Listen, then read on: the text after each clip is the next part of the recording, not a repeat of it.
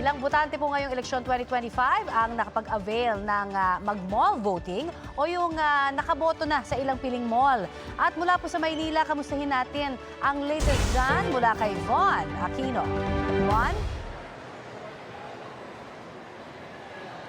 Connie, kung ikukumpara sa mga regular polling precincts, talaga namang mas maginhawa at mas convenient na bumoto sa mga malls kagaya na lamang dito sa isa sa mga malls sa Maynila. Nakita natin dito na maginhawa yung pagboto ng mga botante dahil syempre malamig, the aircon at walang gaanong mahabang pila at yung mga naghahanap ng kanilang mga presinto ay cool lang at hindi talaga nagkakagulo kumpara doon sa mga nakita natin sa mga polling precincts kanina. At convenient, Connie, dahil nga yung mga bumoboto rito ay yung mga residente rin ng barangay na malapit dito.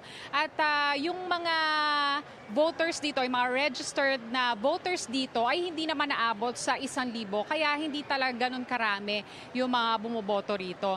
At ito nga yung isa sa dalawang mall na binisita ni COMELEC Chairman George Garcia dito sa Maynila. Nakabilang doon sa 42 malls na kasama o participating doon sa mall voting program ng COMELEC. At ayon kay COMELEC Chairman George Garcia ay wala raw aberya yung operasyon o yung pagboto ng ating mga kababayan dyan sa 42 malls na yan.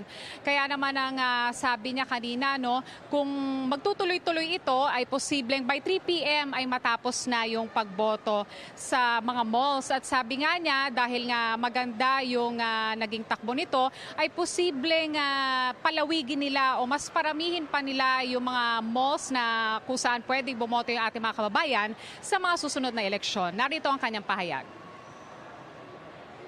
Pag-aari ng mga politiko o pag-aari ng mga tatakbo halimbawa sa eleksyon.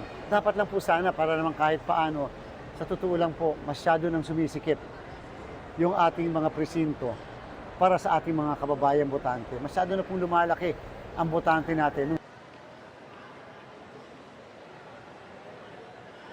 So far, Connie, okay naman at walang aberya yung ACM dito, At nakikita natin na maluwag pa rin yung loob nitong voting area at tuloy-tuloy pa rin naman yung pagboto ng ating mga kababayan dito at syempre yung iba rito pagkatapos bumoto ay namamasyal na rin. At yan muna ang latest mula rito sa Maynila. Ako si Von Aquino para sa GMA Integrated News, dapat totoo sa eleksyon 2025. Maraming salamat, Von Aquino.